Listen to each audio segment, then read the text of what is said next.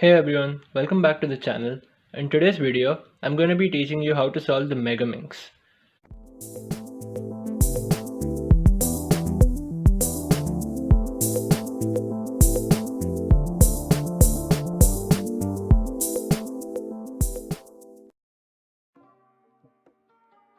So this video is going to be a complete guide on how to solve the Megaminx, and there are a couple of prerequisites. Number one is, quite obviously you need a Megaminx, otherwise you can't solve a Megaminx by definition. So there are a lot of different Megaminxes out there that are good. I personally use the YJ MGC Megaminx, which people might find slightly bigger, but basically I used to use this Megaminx, which is the X-Man Galaxy V2M, and it is quite a lot smaller, and a lot of people find this more comfortable to turn and things like that. But while this used to be my main, I'm now very used to this cube, and I like the fact that it's big because there's so many pieces and I like to be able to see them bigger than usual. It's just my preference. So I'll leave a link to a lot of different Megaminxes down below in the description, and you can get them at ₹50 off by clicking those links, so do go check them out. The other prerequisite is, you should know how to solve a 3x3. Like, that is quite a big prerequisite, and ideally with the CFOP method or the Friedrich method, but that's not necessary. But if you do know how to solve with the Friedrich method, then you're like almost fully set to solve the Megaminx. It's very easy. But if you don't, I recommend you either learn it or try figuring it out. So in this video, I'll mostly be using concepts from the CFOP method, but ideally you don't really need it. But yes, you should know it. So without any further ado, let's get right into the video. Now, just an introduction, a Megaminx, I feel, is just a really huge 3x3, okay? It's basically a bunch of different like F2L steps over and over again till you're left with one layer on the top to solve. That's it. So the only difference between this and a 3x3 is the number of faces and the number of sides. There's 12 faces on this instead of 6, and 5 sides instead of 4. So yeah, that's pretty much all there is to introduce in the Megaminx. Let's get right into a solve and see how we would approach the Megaminx. So now we have a fully scrambled Megaminx here, and I'm just going to scramble this 3x3 so I can keep drawing parallels between the two.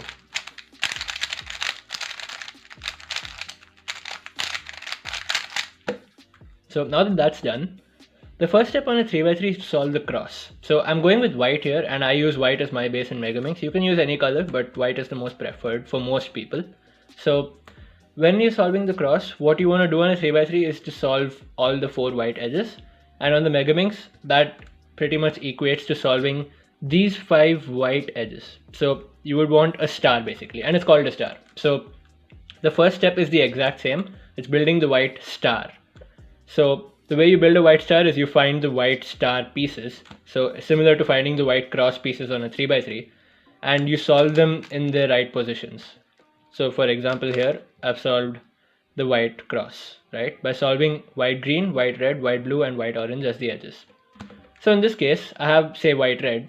Then what I need to do during inspection is to look for the other edges. So I have white green, white blue, white yellow, which is not a thing on the 3x3, but it does exist on the Megaminx, and white purple. So now that I've located all my edges, all I need to do is solve them relative to each other and then align them.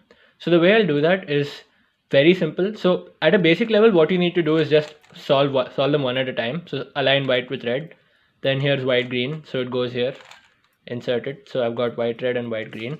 Here's white blue, bring it over to the white blue side. So the good thing about the Megaminx is the fact that there's so many layers, so there's so many more degrees of freedom to work with. And so in this case, the way you can get cross edges over is very easy. You can just use any path on the cube as long as you don't disturb this layer, or the layers that you've solved basically. The pieces that you solved, the layers they're on. So now here's white blue, just put it in. Here's white yellow, bring it here. Now you see this doesn't pair, very simple. Just move it to the side, get it down, put it in, and get this back up. So that solves it. Finally, there's white purple, just bring it over and put it here.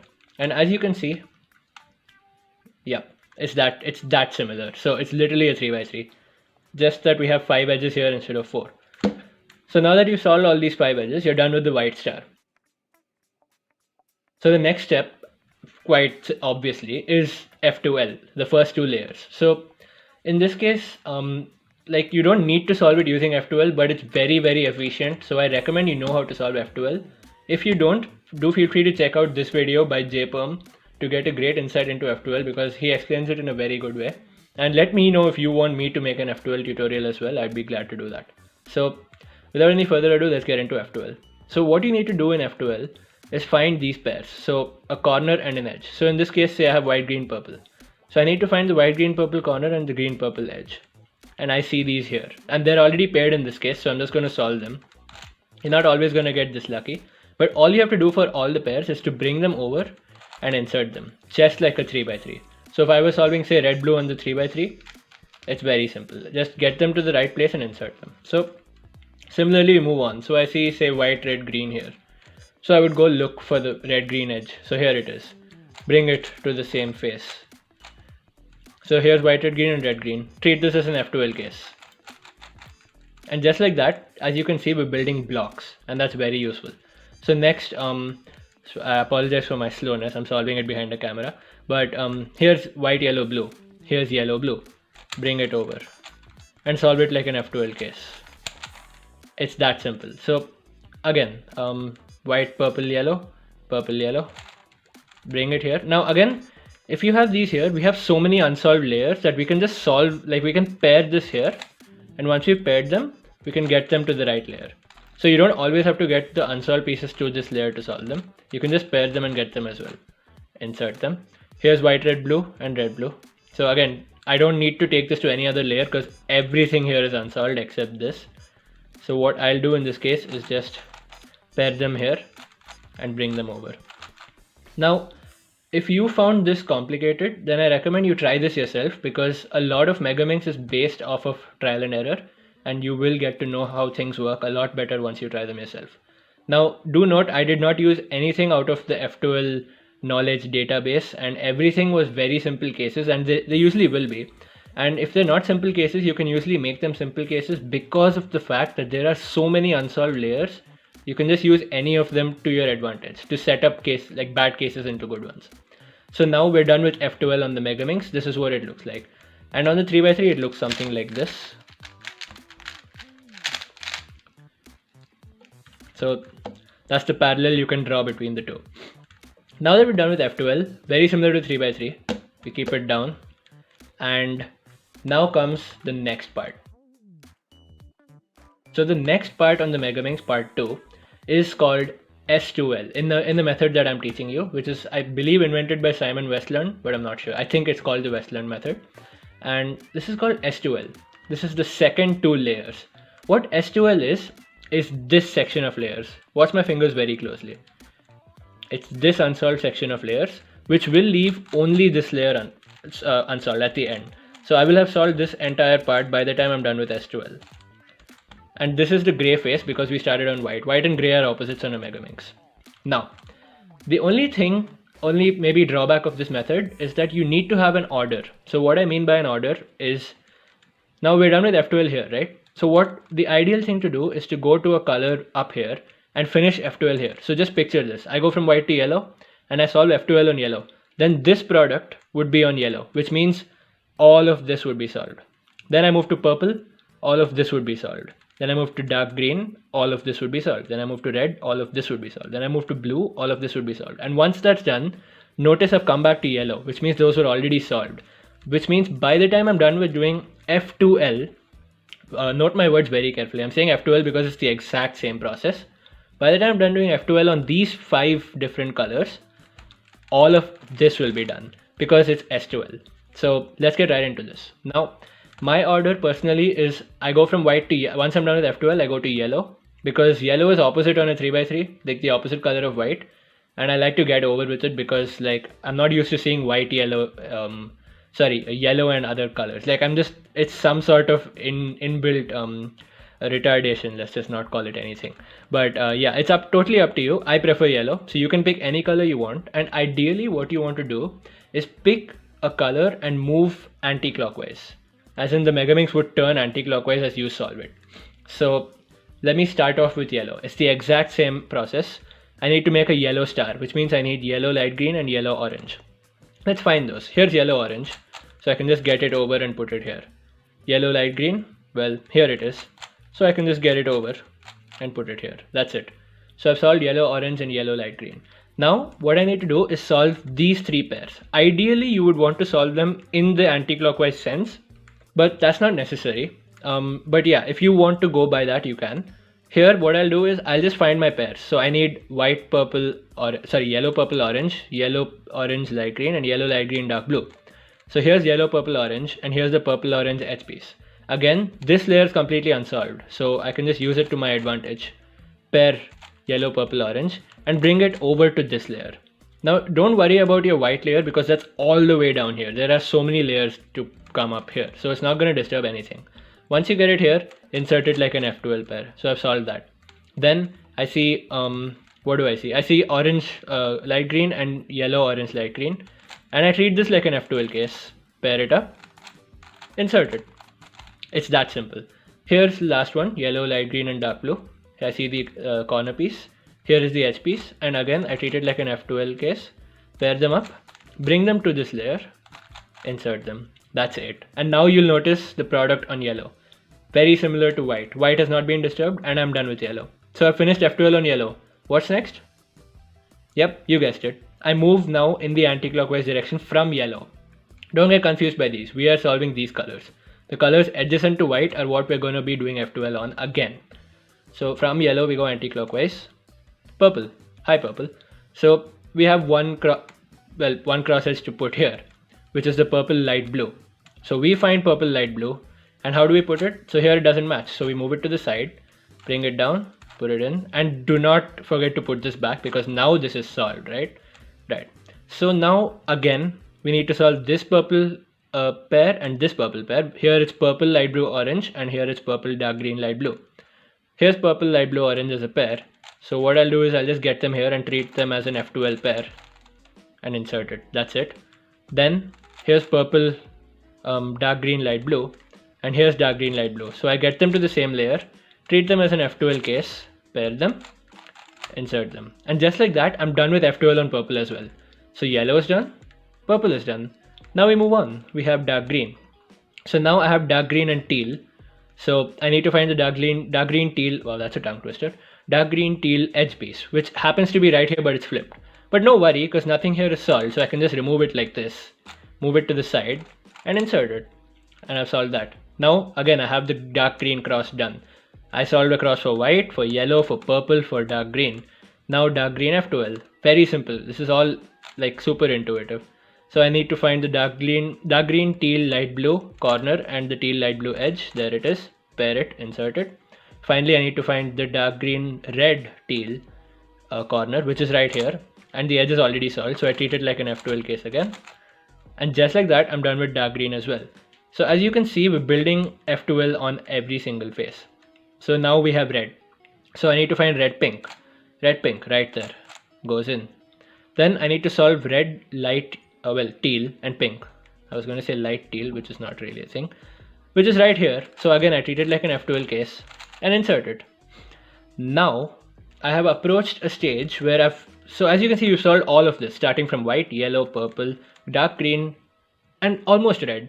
But here's the question. How are you going to solve this? Because this is solved, so you can't do many moves with this layer. This is all solved.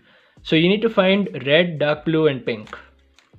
Well, there's dark blue and pink, and here's red, dark blue, and pink. Hooray! So we can just pair this, right? So just pair it.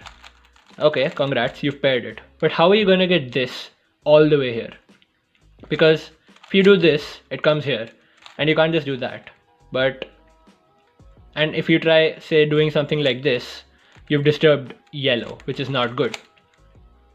Have you guessed what it is? So it's not very complicated.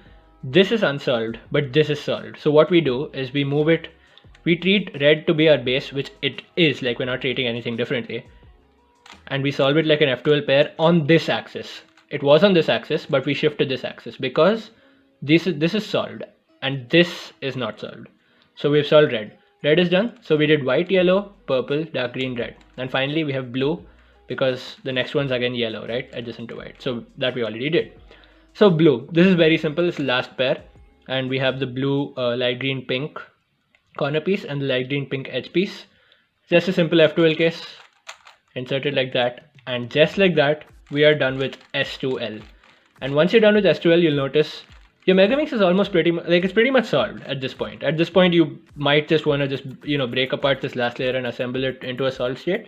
But that would be quite stupid because you just learned a whole new way to solve the Megaminx and you don't want to do that. So the last layer is the only step on the Megaminx which feels like it's different from a 3x3, but again, I insist it's very similar to a 3x3, and I will show you guys how. So without any further ado, pat yourself on the back for solving so many layers of a Megaminx, all of this in fact, using only F2L, only 3x3 logic, because that's literally all it is. It's a giant 3x3.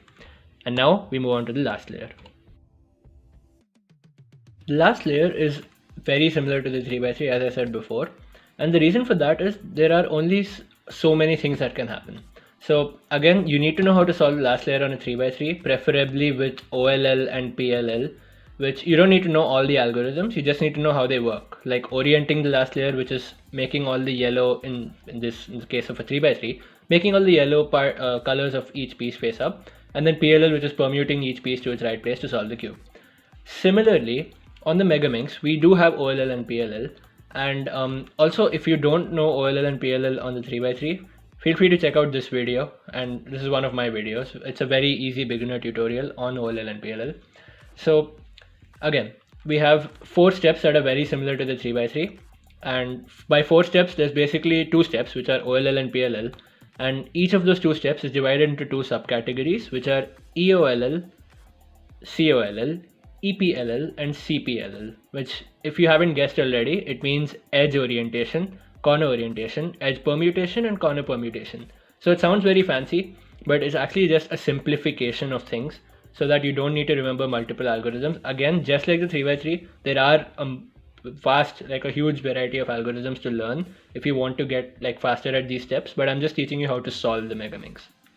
So yeah, let's get right into this. So first is the EOLL, which means we have 5 edges on the Megaminx, which means any EOLL case that we get will only have either 1 edge oriented, 3 edges oriented, or all the edges oriented. In this case, I have 3 edges oriented which are right adjacent to each other, and that's analogous to an inverted L on a 3x3. A dot case on a 3x3, which looks something like this, would be analogous to something like this, where only 1 is oriented. And the way you solve it is the exact same as the 3x3, nothing different at all. And you use a combination of the triggers that we learn when we solve OLL, which if you don't know, please go check out this video because it has all the algorithms you'll need, which there's only 4. So yeah, in this case we can do something like F, R, U, R prime, U prime, F prime. That's F sexy, F prime. And now we have an inverted L case. Again, we solve the inverted L exactly how we solve it on a 3x3. We put it facing that way, F, U, R, U prime, R prime, F prime, and we have a cross. Similarly on the Megaminx, F, U, R, U prime, R prime, F prime, and we have a star. So all the edges are done. Now to orient the corners, COLL, it's very simple. You can use a combination of sunes and anti-sunes. For those of you that don't know what those are, a sune is RU, R prime, U, RU to R prime, and an anti-sune is RU to R prime, U prime, RU prime, R prime. So you can always use a combination of those to orient your corners, but if you don't want to do that, you can do the beginner's method, which is very simple. You can do R prime, D prime, R, D, R prime, D prime, R, D, till you orient one of them, then move the next one over and continue doing R prime, D prime, R, D until this point. Remember to finish with that D because obviously you don't want to disturb the D layer. And at this point you're done. You've oriented all of the pieces in your last layer. OLL is finished. And now you would have noticed that we barely used any algorithms. Again, you can use them, but you don't have to. But do remember, when you're doing a sune or an anti-sune on the Megaminx, there's one thing to keep in mind. It's the fact that a U2 on a 3x3 is equivalent to a U2 prime, which means you can do U2 in either direction and it's equivalent because there's 4 faces. However, on a Megaminx, 4 sides. On the Megaminx, there are 5 sides. So you cannot just do a U2 or a U2 prime. It has to be one of them. So in this case, this is a sune on a Megaminx. And if I have a sune on a 3x3, I can just do RU, R prime, U, RU to R prime. But on the Megaminx, I can't do that. I can't do RU, R prime, U and RU to R prime because well, there's 5 sides, there's not 4, so that u2 would end up being back here instead of all the way here, which means it's off by 1, which means a u3 is equivalent to a u2 prime. So what you can do is ru r prime u r u2 prime r prime. So that's just a small thing to keep in mind for those of you that want to use a combination of Soons and anti-Soons to solve your to do OLL. But that's all there is to COLL. You can just use the beginner's method. You can just do r prime d prime rd all over. That's it. So yeah, moving on, we have PLL, which is permuting the pieces. Now this is the only step, EPLL it's called, because we're permuting the edges first. And it's the only step on the Megaminx that is fully different from the 3x3, completely, because the algorithms used are different. Now, there are two main different cases you can get, which is there's technically 3 cases. One of them is you get 2 edges already permuted. In our case, do we have one? Yes, we do. We have green permuted and orange permuted. This you can find by just moving around the top layer to find where the permuted edges are. So this is one case where the 2 permuted edges are adjacent to each other. The other case is they can be opposite to each other on either side, but that doesn't make a difference because this and this are equivalent, because you can see this like this or like this, right? The distance is the same on the other side, so you can just rotate and find the same exact case. The third case is where there's no pair of edges that are permuted, there's only one, in which case you'll have to do any one of the algorithms I'm about to list here. You can do any one of them and it will result in a case. So you can just assume you have that case and it'll result in a case that we'll talk about. So first, let's get into the adjacent permuted edges cases. So in this case, so note that for both cases, the permuted edges are, they're permuted, and the other edges need to perform a cycle. By a cycle, I mean they need to swap places in a cyclic sense. So here green and orange are solved. We have blue, yellow, teal and pink. The blue edge needs to go here. The teal edge needs to go here. The pink edge needs to go here, obviously, to solve with their respective centers. What is this motion? A clockwise. So when we have clockwise, what we do is we hold the adjacent edges in such a position, like this adjacent edge should be here, and you do the J-perm. For those of you that don't know the J-perm, this is the algorithm. R, U, R prime, F prime, R, U, R prime, U prime, R prime, F, R2, U prime, R prime. And just like that, these haven't been disturbed and we have permuted the remaining edges. So that's the first case. Now we move on to the second case. So this is the second case and we have green and orange here permuted again. But in this case, teal goes here, blue goes here and pink goes here. And this is the opposite of a clock, it's anti-clockwise. So when it's anti-clockwise, instead of holding it here, you hold it here and you do a Y-perm. Now for those of you that don't know what a Y-perm is, here's the algorithm. And these perms are permutations on the 3x3. Very simple to learn and the whole list is available on the internet. You can find it anywhere. So here is the algorithm for the Y-perm when the permuted edges are adjacent and the cycle is anti-clockwise. F, R, U prime, R prime, U prime, R, U, R prime, F prime, R, U, R prime, U prime, R prime, F, R, F prime. And again, just like that, all the edges have been permuted. We have solved every single edge. So that's a very simple guide for solving for permuting your edges when adjacent edges are already permuted. Now the next case is when opposite edges are permuted. So now in this case, you'll note we have orange permuted and pink permuted and none of the others are. So what we do for these cases where opposite edges are permuted, you hold it in the orientation where one of the permuted edges faces you and the other one is on the back right, never on the back left. You can use the back left if you're a lefty and mirror these algorithms to your left side, but I'm a righty, so I'll use the right side. So on the back right. So if you find yourself in a case where this is permuted and this is permuted and you're like, oh no, what do I do? This is on the back left. Well, don't fret, because if you just hold it from the other edges, like that frame of reference, this is in the back right. And that's very simple. So yeah, this is what we have. These two are permuted. And now again, the remaining 3 edges must be performing a cycle because that's how group theory works anyway. So we have blue, teal and green. Blue needs to go here, teal needs to go here, and green needs to go here. And this is a clockwise permutation. So when it's clockwise, the algorithm we use is very simple. And it's shorter than all the permutations that you know on the 3x3. So it's a very simple algorithm. It goes like this: R2, U2 prime, R2 prime, U prime, R2, U2 prime, R2 prime. It's 7 moves, that's it. It's very simple, and that actually makes the Megaminx more fun because it's something new from a 3x3, but not complicated. So that was the algorithm. Just to do it again, you have opposite edges permuted and a clockwise cycle to be executed. R2, U2 prime, R2 prime, U prime, R2, U2 prime, R2 prime. And remember the R2 and R2 prime, I'm saying R2 prime because it's not equivalent to an R2 unlike a 3x3. So that's all the edges permuted. And the other case is the mirror of this, where again you have opposite edges permuted, but now, so teal goes here, blue goes here, green goes here, anti-clockwise. So now it's an anti-clockwise sense. So when it's anti-clockwise, it's the exact opposite of this. It's R2, U2, R2 prime, U, R2, U2, R2 prime. And just like that, we've permuted all the edges. So again, anti-clockwise.